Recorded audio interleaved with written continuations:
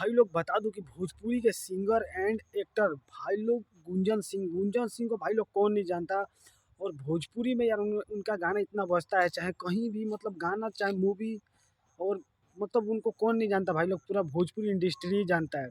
बता दूं कि भाई लोग ये फोटो देख रहे हैं जो कि बाबा साहेब भीम अम्बेडकर जी के साथ में खिंचवाए हुए हैं दोस्तों, काफ़ी ज़्यादा वायरल हो रहा है, जो कि भोजपुरी के सिंगर गुंजन सिंह का है दोस्तों। कितना मतलब प्राउड फील हो रहा है दोस्तों, क्योंकि फ़ोटो खिंचाया है और काफ़ी वायरल हो रहा है दोस्तों। मैं आप लोगों को बता दूं कि मतलब बहुत तगड़ा लेवल का दोस्तों, और काफ़ी ज़्यादा वायरल चल रहा है जो कि भोजपुरी के एक्टर जो कि दोस्तों गुंजन सिंह का दोस्तों।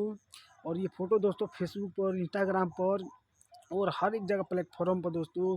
कोई तो दोस्तों इस फोटो पर गाना लगा लगा कर मतलब ज़्यादा रील वाला मतलब वो बना रहा है दोस्तों, और बहुत तगड़ा तगड़ा लेवल का दोस्तों गाना पर मतलब इसको लगा लगा कर मतलब डाल रहे हैं फेसबुक पर, इंस्टाग्राम पर।